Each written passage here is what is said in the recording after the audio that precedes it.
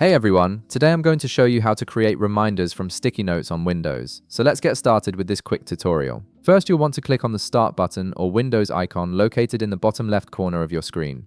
Once you've clicked it, type Sticky Notes into the search bar and click on it from the results that appear. This will launch the Sticky Notes application, which is a built-in Windows tool that lets you create quick notes and reminders right on your desktop. Now that Sticky Notes is open, you'll need to create a new note. To do this, simply click the plus button located in the upper left corner of the application. This will generate a fresh blank note where you can start typing your reminder. Go ahead and click inside the sticky note area, then enter the text of your reminder. This could be anything you need to remember, whether it's a meeting, a task, or an important deadline. Here's where things get interesting.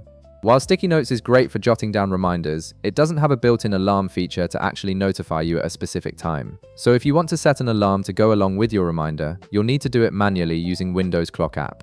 Don't worry though, this process is straightforward and only takes a minute. To set up your alarm, click on the Start button or Windows icon in the bottom left corner again. This time, type Clock into the search bar and click on the Clock app from the results. Once the Clock app opens, you'll see a left sidebar with several options. Click on Alarm to access the alarm settings. This is where you'll create your notification system for your sticky note reminder. Next, click on the first alarm in the list to customize it. You'll now be able to adjust the time to match when you need to be reminded. Make sure to set it according to the time you wrote in your sticky note so everything stays synchronized. Below the time settings, you'll see a text field. Click on it and type in the same reminder text you entered in your sticky note. This ensures that when the alarm goes off, you'll know exactly what it's for. If you want more control over when the alarm repeats, you have some options here.